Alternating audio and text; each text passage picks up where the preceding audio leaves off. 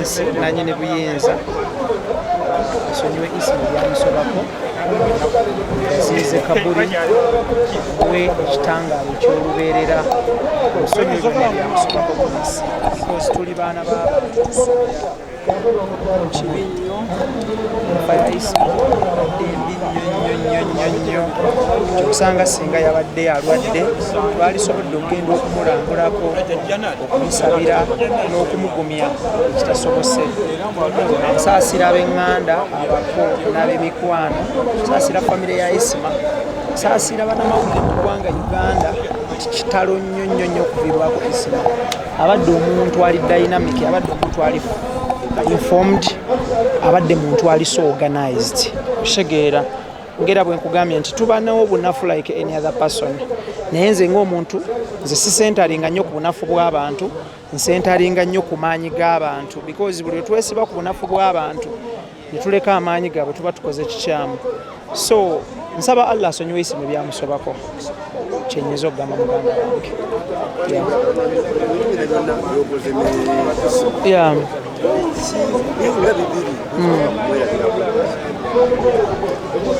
akagere nti Isma ffe yatusooka okugenda e Bulaaya abadde ategeera nnyo kye bayita obudde abadde akuuma nnyo obudde era nze obutakkaanya bwe mbadde nfunamu ne Isma obadde bwakutuuka leeti nga tugenda kukola naye tewali butakkaanya bulala bwe mbadde nina naye ng'omuntu bati kukuuma budde era nga nnenya nnyo neŋŋamba muganda wange obudde kyesasobola kwerabira ku Isma nti abadde tayogeza feelings tabadde nakyekubirira tabadde nti njagala nnyo ono simwagala abadde anenya enjuyi zonna tayimu y'okunenya so ebyo ebintu tusobola bimwerabirako n'ekirala abadde ayagala eddiini ddiini Busiraamu Isma adde ayagala Obusiraamu omanyi abantu batujajinga nnyo ku swala batujajinga nnyo ku ndabika n'ebirala bati omuntu ng'ategeera eddiini ye Isma abadde ayagala Obusiraamu ffe abawangaalira mu bintu bino ebya nsi biki you can tell Isma abadde ayagala nnyo Obusiraamu so bye bintu byesasobola kumwerabirako muganda wange. Alaikum salam. This Olaxess abadde ne show tuyinza okugamba nti ebadde ne impact ey'amaanyi eri bannayuganda ey'okwaca tuyinza okufuna show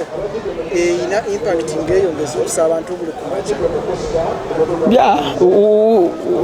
Isma kyabadde akola ku makya ku social media ku Facebook ng'akola live ze it was a personal initiative kintu kye yeeyiza ng'omuntu era abadde akikoleddemu ebirungi bingi asomesezza abantu ainformeza abantu ayogedde ki okufuna omuntu mulala asokola ekintu nga Isma bw'abadde akikola it takes time it takes resilience it takes commitment because Isma abadde committed ku ekyo buli lunaku ng'akeera kukola ekyo tusobola okufuna abalala abasobola okikola ekyo but it takes time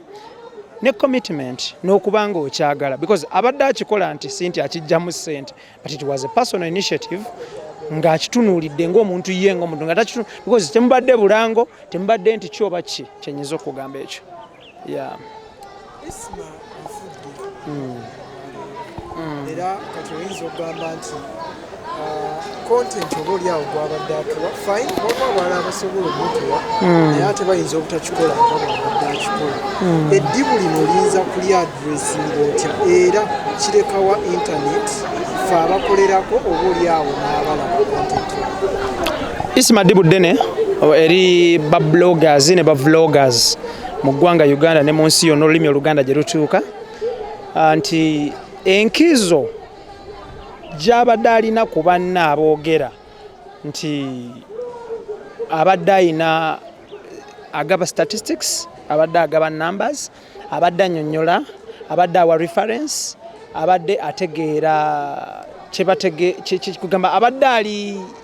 formal in a way nti ategeera ebintu bino international ne locally abadde asobola okuwa examples ku local scene ne ku international scene abadde asobola okunnyonnyola international politics ne local politics so ddibu ly'amaanyi nnyo however n'abaliwo it is not too late we can adjust ne tukola ekyo kyabadde akola okugezaako okugatta eddibu eryo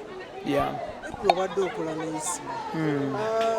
osobola okutunnyonnyolako ezimu ku ezo moments zoyinza okugamba nti togenda kuzeerabira ddala oba tugeze bwe mwali mushootinga oba moments zonna zembaddenga mu meeting statement ebadde eri so funny ebadde nti byemba njogedde ng'olaba gwe bikukosa nannyini mukutu bijjeemu. That has been his statement. Ngera agikosa nnyo nga tuseka nnyo. Nagamba bijjeemu gwe biba bikukosa nze nina immunity ng'omuntu. So the other moment jasasa mwerabirako is abadde muntu wa kigambo kye nga bagamba ntusinkana olwokuna tukole mukola bw'aba anyiize ng'ayatula kizibu nnyo abantu banyiiga ne bakweka obusungu bati abadde ayatula era nga bw'amala okwatulira naawe n'omanya ensobi yo n'omwetondera nga mweyongerayo. Olaxess abadde takoma ku kyakubeera blog naye abadde akyazibwa n'atuula ku palo ez'enjawulo naddala ku shows zino ezikola analysis ku entertainment industry. Tulinayo omuntu mbadde saagala kukozesa kigambo versatile naye olaba nti abadde akikuba mu entertainment ate n'ayogera ku politics kugamba affairs zonna ez'eggwanga kyonna ky'omubuuza asobola okukyanukula. Tulinawo such people webali but abantu bano balaba fe ababasetingira trend gwe okyalira bloga yenna oba vloga n'obeera ng'omubuuza bintu bya politics era byajja okuwa bw'omubuuza about entertainment byajja okuwa. So Isma abadde dynamic to the extent nti gwe omubuuza kino gwe bw'osetinga ebibuuzo n'omuganga ngenda kubuuza talina kibuuzo kyabadde agoba. So tubalina but we just have to pull up our socks adjust twongeremu speed kyenyinza okugamba abalungi abatulaba era nga sijja kusukkawo muganda wange. Thank you.